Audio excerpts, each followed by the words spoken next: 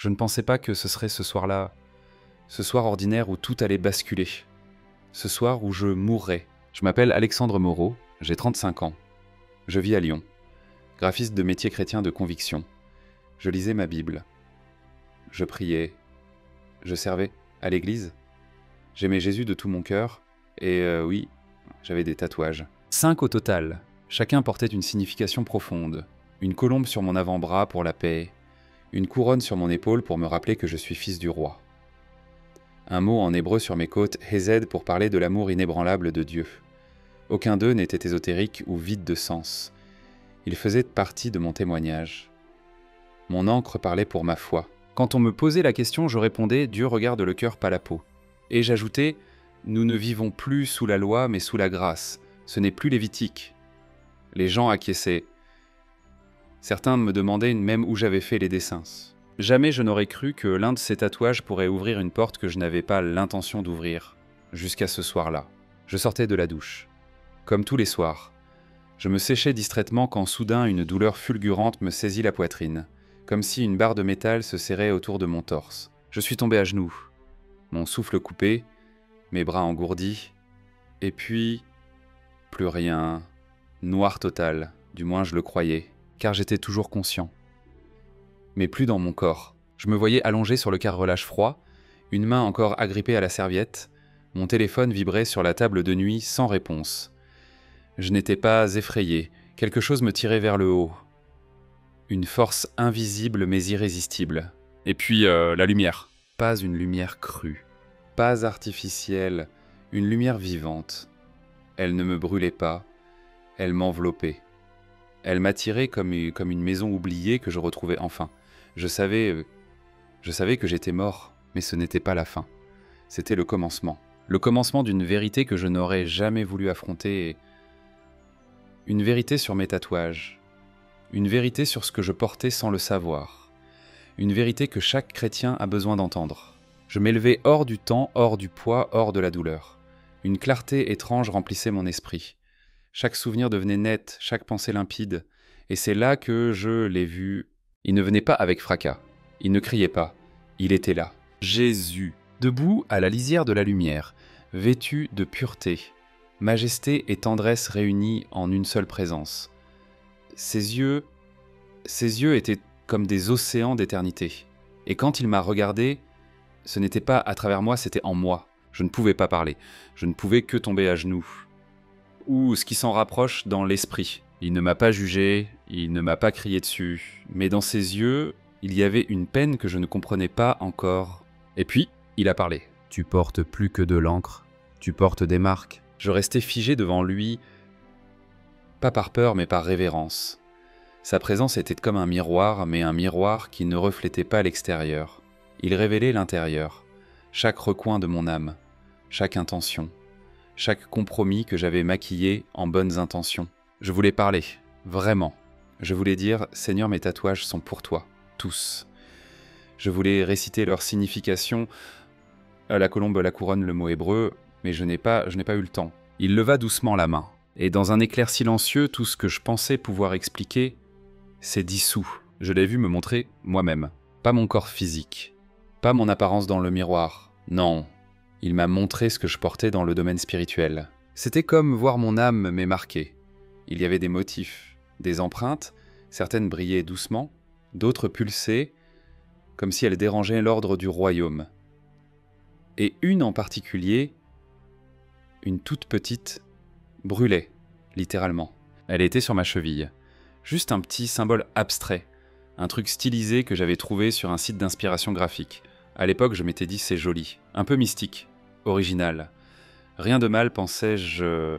Mais là, dans ce lieu hors du temps, cette chose était un cri. Un cri silencieux qui appelait quelque chose que je n'avais jamais voulu inviter. Je fixais ce symbole choqué. Et puis j'ai tourné les yeux vers Jésus. Son visage portait une douleur que je n'oublierai jamais. Pas de colère, pas de condamnation. Juste une tristesse profonde.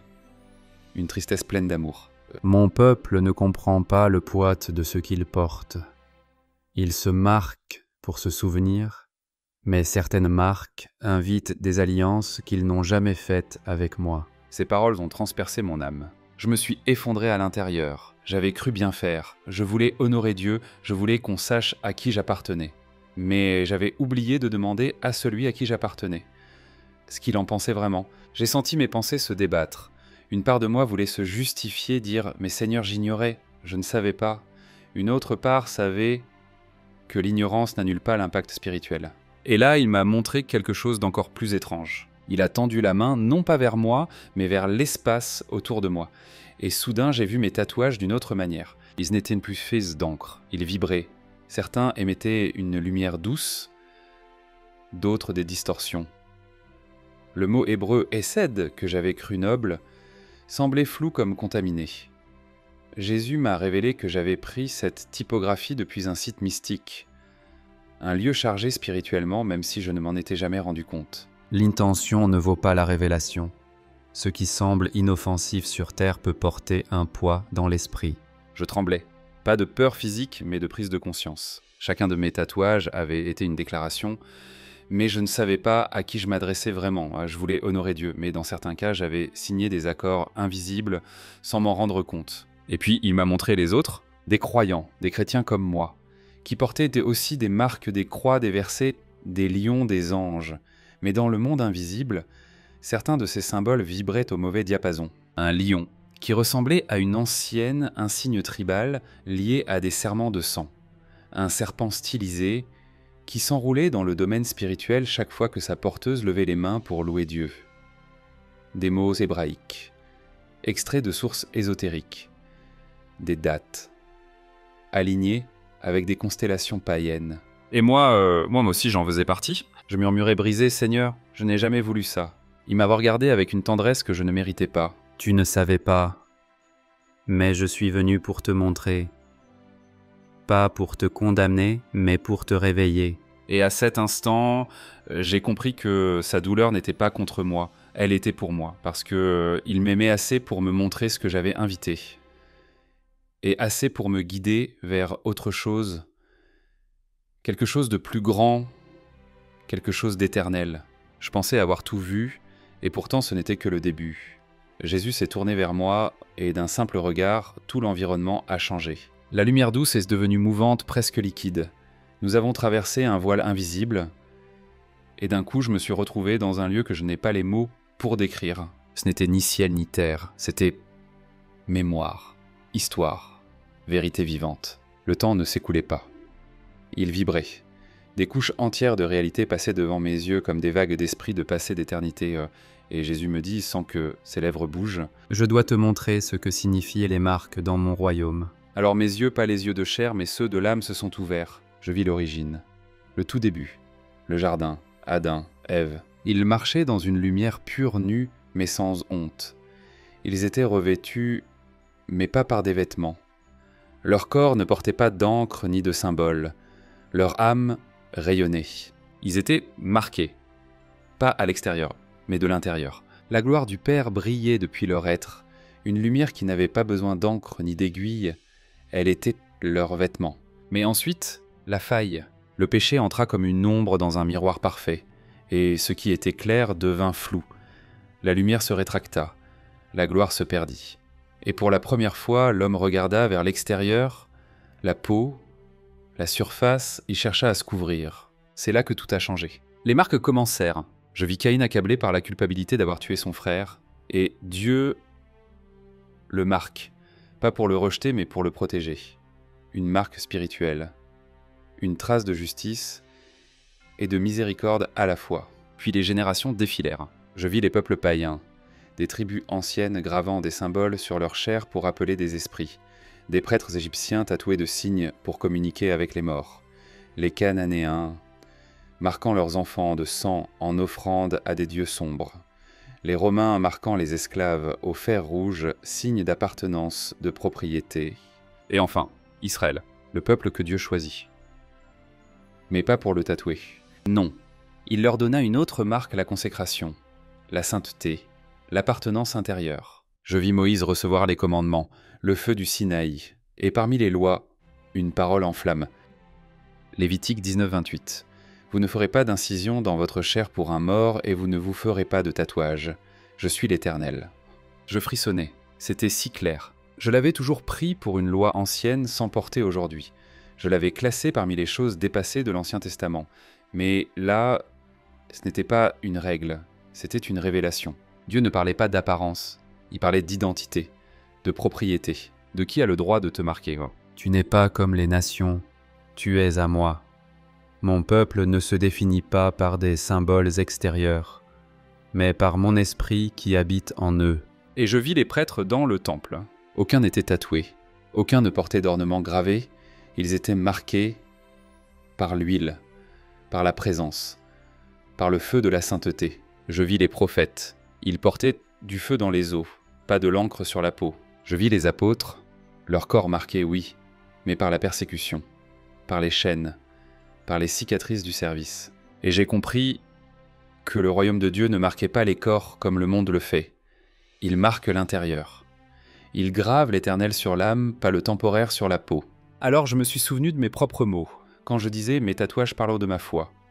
Et une autre voix, celle de mon orgueil, ajoutait « je suis libre, c'est de l'art ». Mais là, devant le ciel, mes mots me paraissaient creux, mon art inutile, et ma liberté fragile.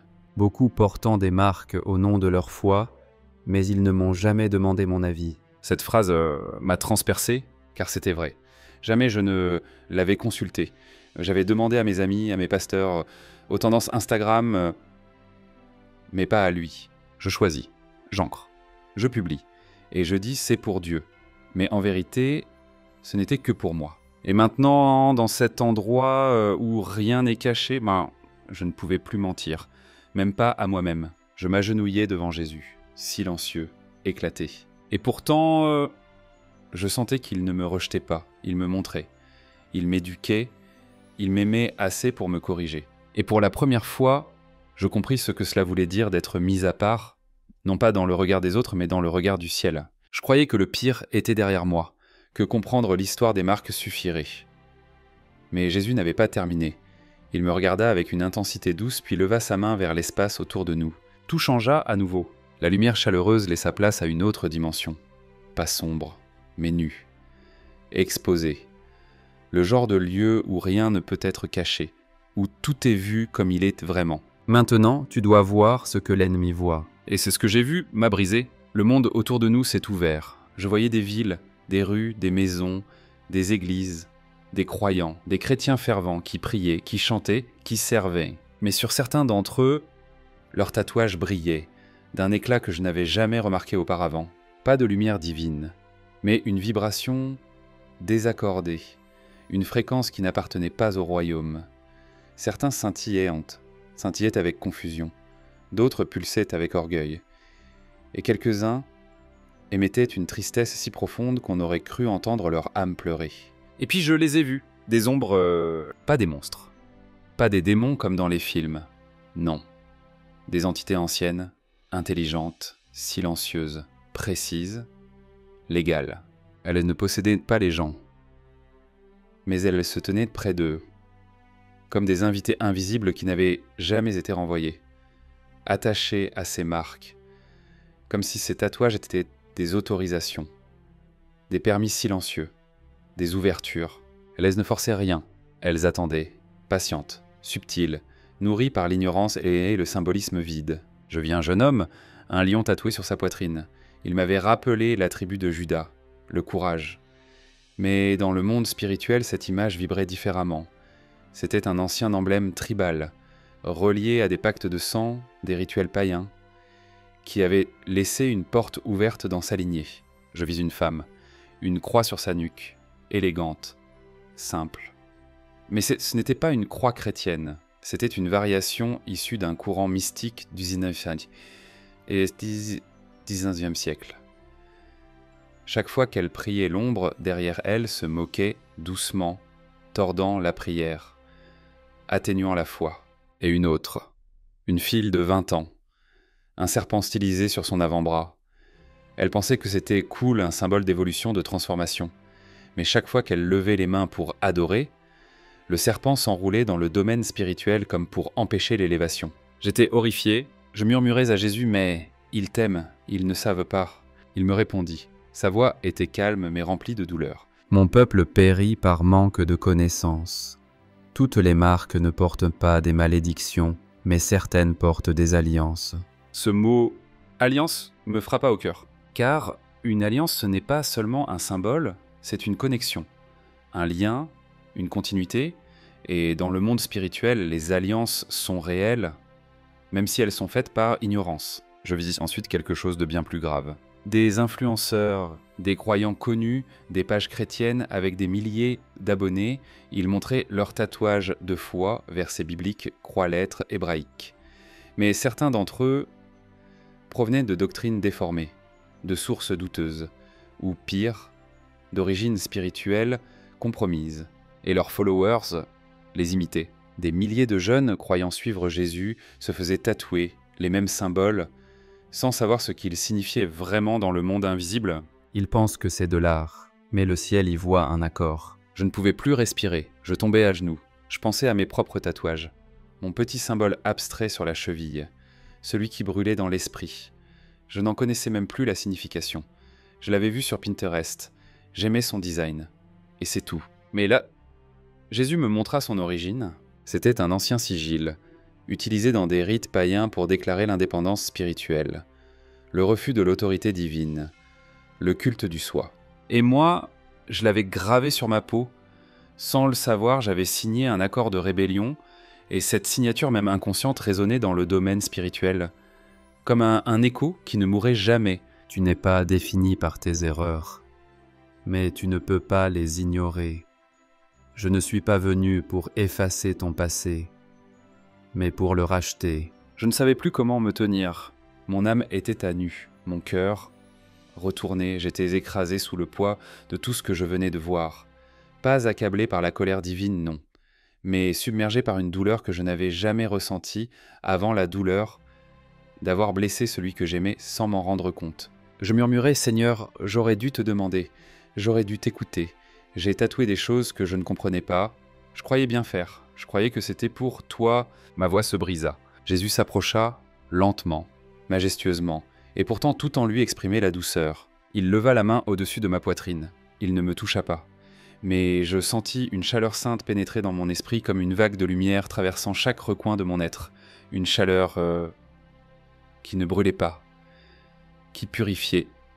Tu n'es pas condamné, mais tu dois être purifié. Et à cet instant, je compris.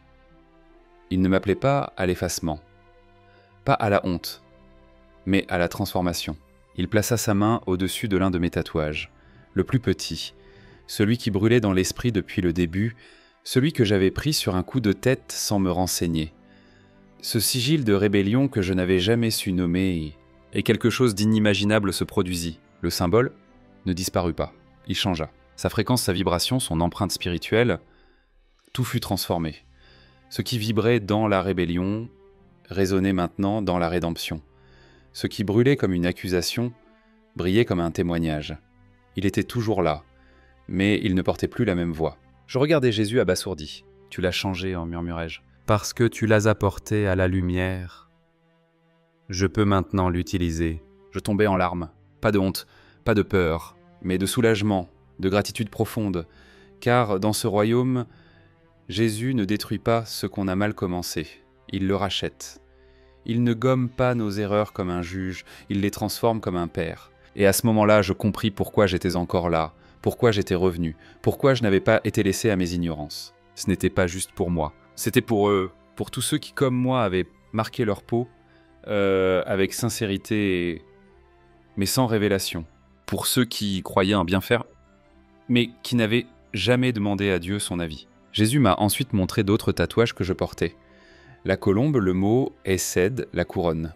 Certains avaient été touchés par des influences tordues, pas dans leur design, mais dans leur origine, dans les intentions cachées de ceux qui les avaient créés.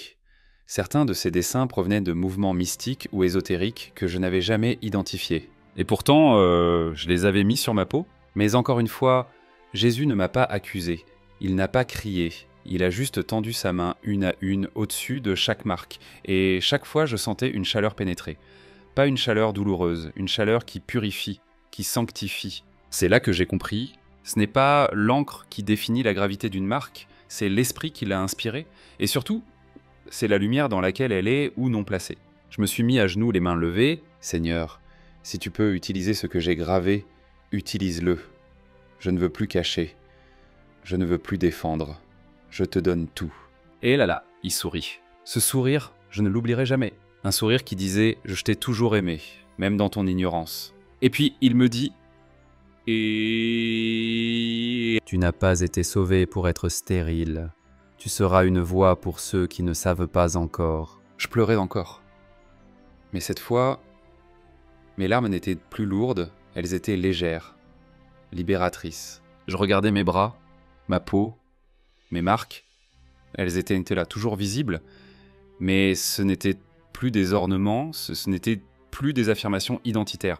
C'était des cicatrices rachetées. Elles ne parlaient plus de moi, elles parlaient de lui. Et soudain, je vis d'autres personnes, des croyants, des hommes et des femmes qui s'approchaient de Jésus avec leurs propres marques, leurs propres histoires. Certains avaient des tatouages de douleur, d'autres de fierté, d'autres encore d'ignorance comme moi. Et à chacun, il tendait la main. Il ne les repoussait pas, il ne leur disait pas « revenez quand ce sera effacé ». Non, il les regardait et il disait « Si tu me les donnes, je les transformerai en témoignages. » Et dans chaque transformation, une lumière nouvelle naissait. Une lumière différente de toute lumière terrestre. Une lumière de grâce. Car dans ce royaume, les cicatrices ne sont pas effacées. Elles sont utilisées.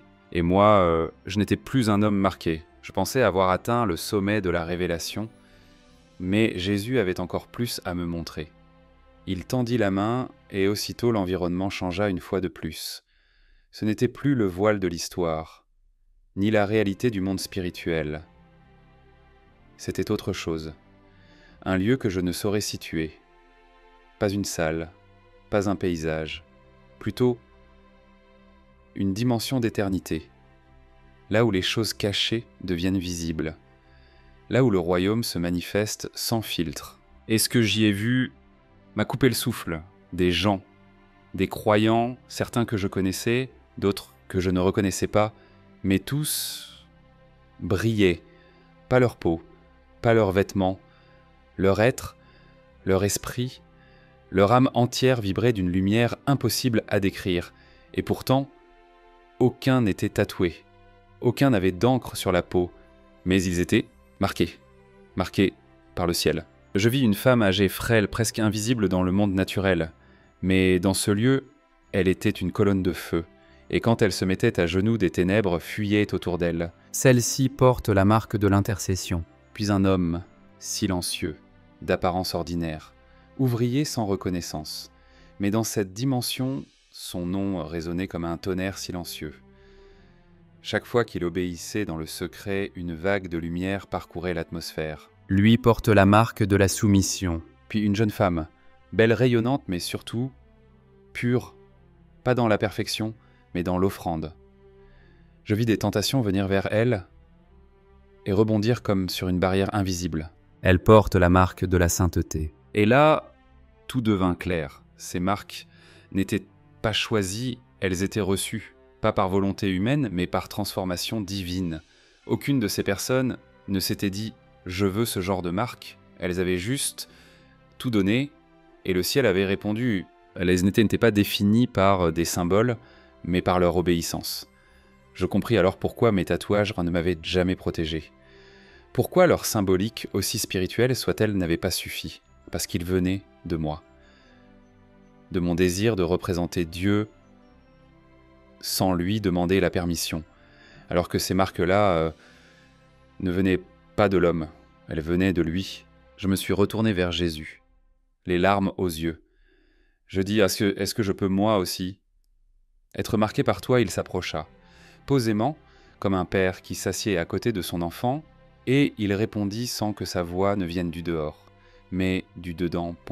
Tu n'as jamais été fait pour te marquer toi-même. Tu as été fait pour porter mon empreinte. Et là, tout se réorganisa dans mon cœur. Mon besoin d'identité, mon besoin d'être vu, mon besoin d'exprimer ma foi à travers ma peau, tout cela venait en réalité d'un vide plus profond, le besoin d'appartenance. Je voulais montrer que j'étais à Jésus. Mais je n'avais jamais pris le temps de l'écouter dire « tu es à moi ». Et maintenant, je le voyais marquer les siens. Pas avec des couleurs, pas avec des lignes, mais avec sa présence. Je vis ces marques invisibles devenir comme des sceaux de feu, de lumière, de souffle. Certaines prenaient la forme d'une épée, d'autres d'une larme, d'autres encore d'un chant silencieux. Elles étaient uniques, inimitables, et pourtant, elles avaient toutes le même parfum, la soumission. Et dans ce lieu, personne ne comparait ces marques à celles des autres. Personne ne disait « regarde ce que j'ai reçu », non. Tous regardaient le donateur, pas le don. Je compris aussi que dans le royaume, il n'y a pas de gloire à être marqué par soi-même. Et il n'y a de gloire que dans le fait d'être possédé. Complètement, totalement, doucement, par l'Esprit de Dieu. Et c'est là que je sentis sa main sur moi. Pas une main physique, mais une empreinte. Une flamme douce, pas pour punir, pour posséder, pas pour contrôler, pour sceller. Et j'entendis une dernière phrase qui gravait la vérité au plus profond de mon âme. Ma marque ne s'imprime pas avec de l'encre, mais avec mon feu. Ceux qui me donnent tout porteront tout ce que je suis. Je tombais à genoux, non par faiblesse, mais par révérence. Car à ce moment-là, j'étais marqué, pas sur ma peau, mais dans mon esprit, pas par mes choix, mais par son amour. Et pour la première fois de ma vie, je n'avais plus besoin de prouver quoi que ce soit. Je lui appartenais, et cela suffisait. Je ne savais pas combien de temps j'étais resté là à genoux, dans sa lumière. Le temps n'existait plus, il n'y avait que la présence. Et cette paix qui n'était pas une absence de bruit, mais une plénitude. Je n'étais plus en train de chercher des réponses. Je n'étais plus en train de fuir mes erreurs. J'étais là, aimé, accepté, saisi. Mais quelque chose changea. L'atmosphère se mit à vibrer légèrement, comme une tension douce. Jésus me regarda et sans même parler, je compris, il allait me renvoyer. Ce n'était pas une punition, c'était un envoi, Je n'étais pas seulement sauvé, j'étais scellé et envoyé. Mon cœur se serra, une part de moi ne voulait plus jamais quitter ce lieu où rien n'est caché, où l'amour n'est pas une idée, où l'on est vu et quand même aimé. Mais je compris que tout cela n'était pas une fin, c'était un commencement. Et il s'approcha une dernière fois. Tu ne retourneras pas pour les juger, tu retourneras pour les éveiller. Et dans cette phrase, toute ma mission fut déposée. Je n'étais pas un survivant, j'étais un témoin. Pas pour condamner les tatoués, les marquer, les blesser, mais pour leur dire « je sais ce que tu ressens ». Et je sais qu'il existe une autre marque. Une marque qui ne défigure pas, mais qui restaure. Il tendit la main, la posa sur mon épaule. Ce n'était pas un geste humain. C'était une onction, une transmission. Je sentis une chaleur traverser ma colonne vertébrale. Un feu. Mais pas un feu de jugement. Un feu d'envoi. Une autorité douce. Une force calme. Un mandat céleste. Et puis, tout se mit à s'estomper. La lumière devint brume. L'air vibra d'une gravité inconnue. Mon esprit fut attiré vers le bas, comme un plongeon dans un océan froid. Je savais que je quittais la gloire pour revenir dans la poussière, la beauté céleste pour la lourdeur terrestre. Mais cette fois, je n'y allais pas seul. Je me réveillai dans un lit d'hôpital. Des bips, des tubes, des voix, une odeur de désinfectant. Mon corps était lourd, douloureux, ma bouche sèche.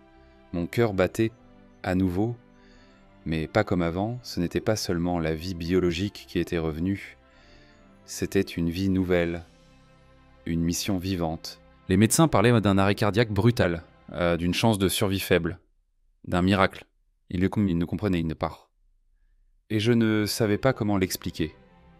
Comment dire à des hommes en blouse blanche que j'avais rencontré celui qui me possède de l'intérieur, que j'avais été marqué par une flamme invisible. Lorsqu'on me transféra dans une chambre de repos, je demandais un miroir. Je voulais savoir si quelque chose avait changé à l'extérieur.